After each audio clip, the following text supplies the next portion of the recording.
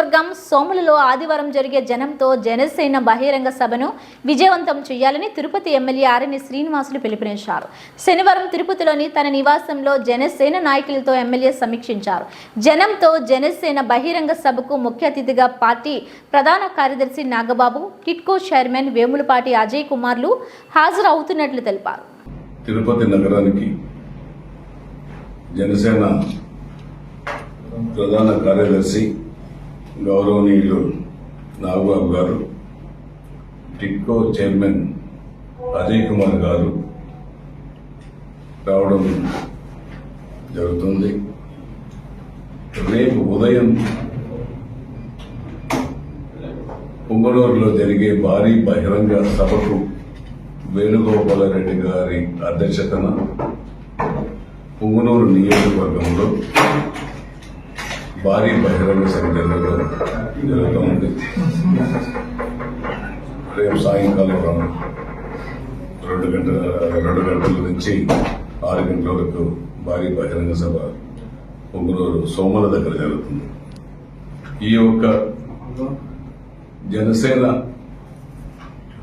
Party మీటింగ్లో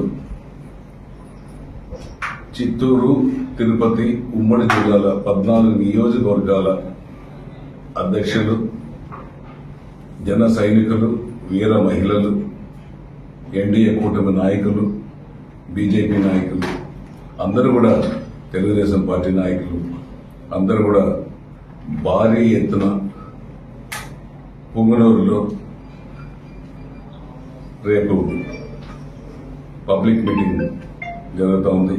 దానికి మన ఉమ్మడి జిల్లా అధ్యక్షులు సారథ్యం వహించి జిల్లా నాయకత్వంలో జనసేన నాయకులు, కార్యకర్తలని, మహిళలని అందరినీ కూడా జనసేన పార్టీ ప్రధాన కార్యదర్శి నాగబాబు గారు, టిక్కో చైర్మన్ అజయ్ కుమార్ గారు, వీరి సారథ్యంలో వేణుగోపాల్ రెడ్డి గారు ఇది పార్టీలో చేరడం జరిగింది.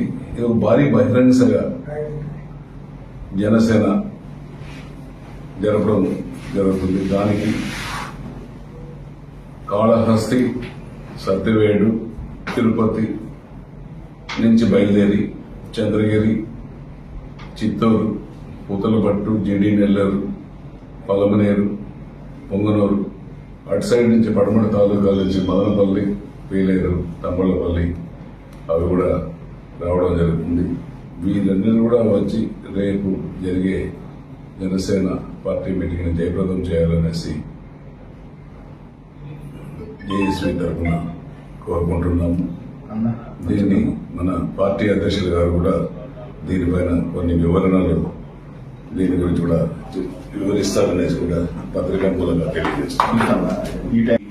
అత్యధిక మెజారిటీ దేశంలో ఏ రాష్ట్రంలో లేని విధంగా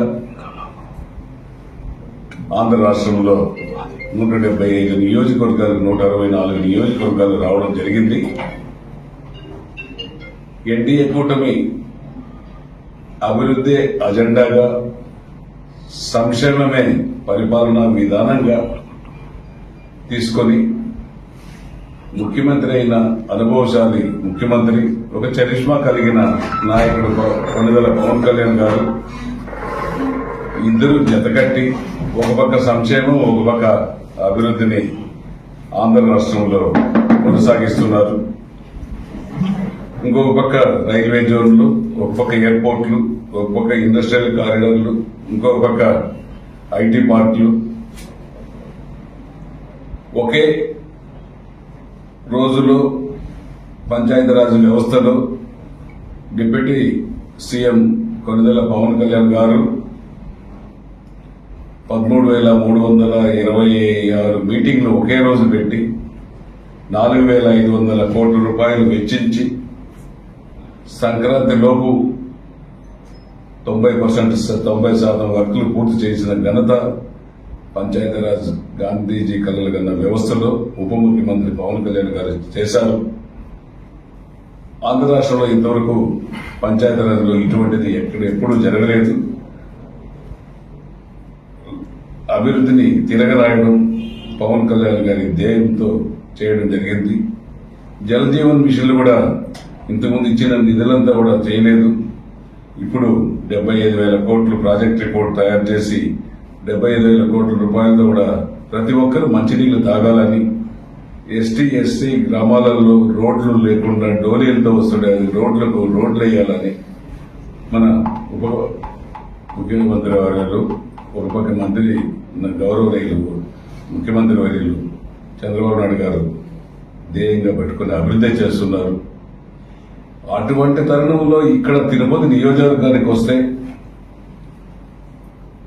ఒక రాక్షస పాలన 5 సంవత్సరాలు కొనసాగించారు రాష్ట్రంలో. ఒక మూర్ఖుడు ఇక్కడ తిరుపతి నియోజకవర్గంలో కూడా కొడుకు డిప్యూటీ మేయర్గా, కరుణాకర్ రెడ్డిని ఎమ్మెల్యేగా,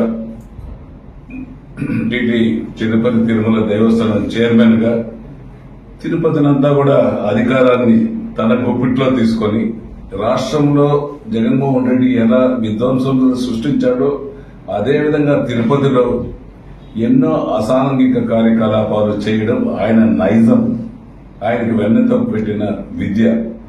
ఆయన జీవితంలో ఏమేమి చేశారు అనేది మేము చెప్పాల్సిన అవసరం లేదు. తిరుపతి చిత్తూరు జిల్లా వాసులకు అందరికీ తెలుసు. ఆయన 5 సంవత్సరాల కాలంలో ఎమ్మెల్యేగా ఉంటే తిరుపతిని ఒక ఆధ్యాత్మిక నగరంలో ప్రశాంతమైన వాతావరణంలో ఉన్న తిరుపతిని భ్రష్టు పట్టించిన ఎమ్మెల్యే భూముల కరుణాకర్ రెడ్డి. వాళ్ళ తన ప్రైవేటైజేషన్ చేయమనేసి కూడా చెప్పడం జరిగింది. దానికి కావాల్సిన వనరులు కూడా సృష్టిస్తాము. ఒరిస్సాలో కూడా దానికి కావాల్సిన ముడి సరుకులు కూడా తొందరలోనే చేపిస్తాము. Visakha steel plant, Visakha